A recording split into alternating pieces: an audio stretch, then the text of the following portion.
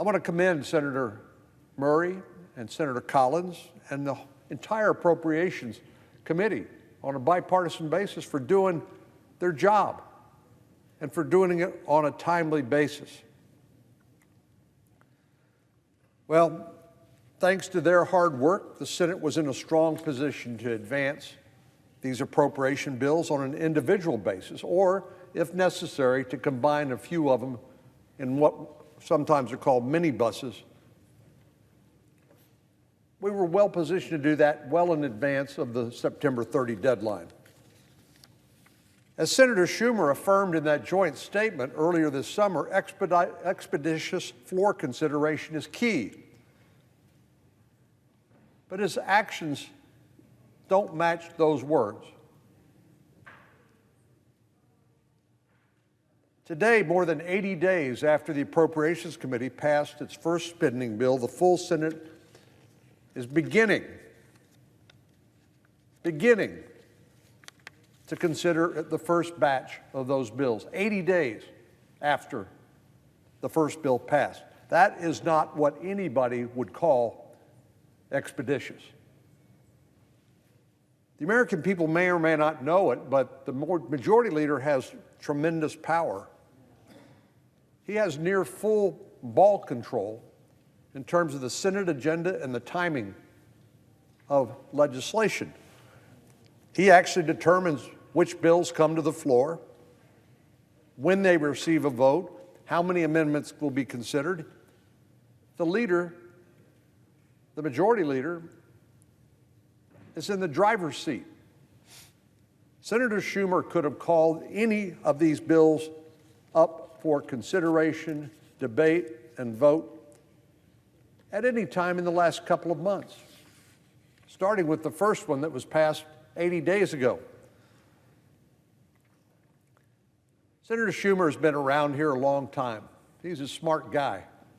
He's a shrewd operator and a worthy adversary when it comes to politics.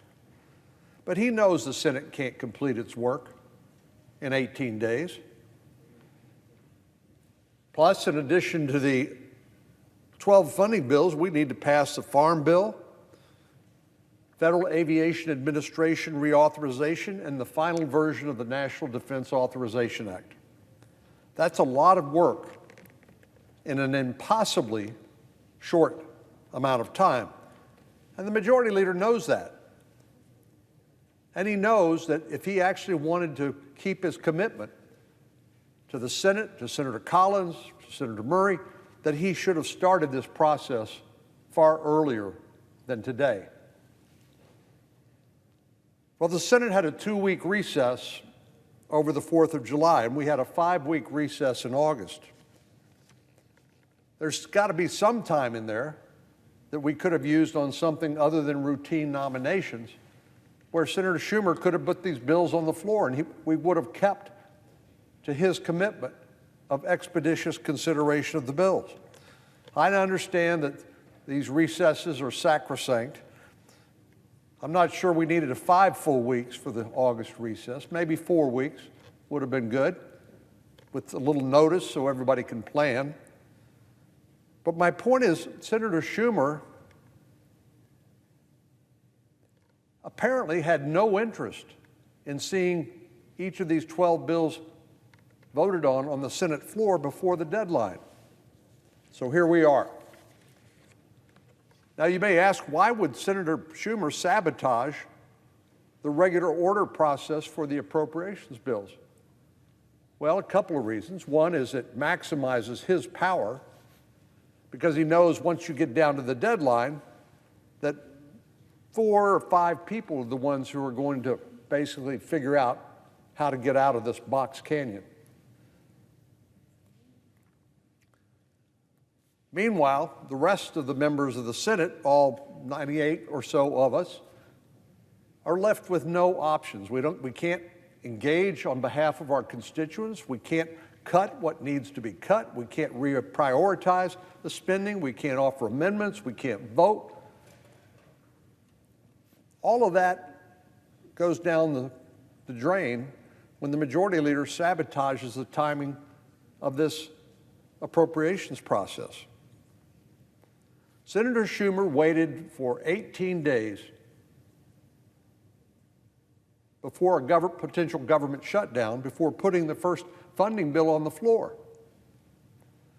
Now, if there is a shutdown, and I don't recommend it, it was engineered by the majority leader himself, which is why it should be called a Schumer shutdown.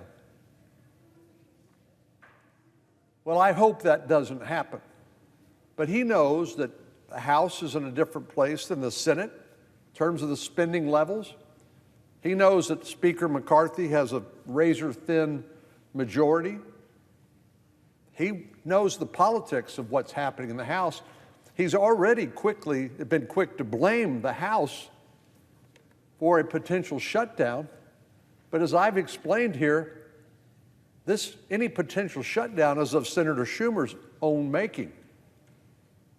And the press has already taken hook, line, and sinker the narrative that this is somehow the fault of Republicans in the House, while the majority leader is quick to say the Senate passed 12 bipartisan appropriations bills through the committee. We're engaging in a bipartisan process this week, maybe next week. Well, he knows we can't get through this process before now and the end of this month. So he knows that basically what he's engineered is one of two options.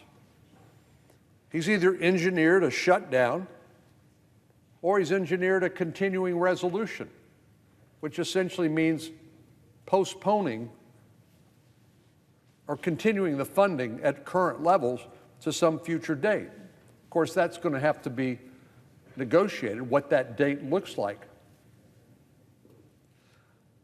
Well, this is not a genuine effort to return to regular order. It's, frankly, political theater.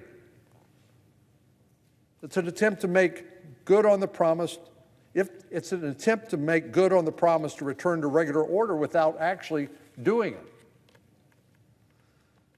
Now, Mr. President, I've been fortunate to be in the Senate for some time now. I've seen this place work well, where every senator gets to contribute to the process, where the committees do their work, where the majority leader gives the members of the Senate an adequate time to debate bills and to vote on amendments and to pass legislation. And when you do that, it's much easier to build consensus, bipartisan consensus, to actually get things done. And the work product is far superior because everybody's had a hand in crafting it.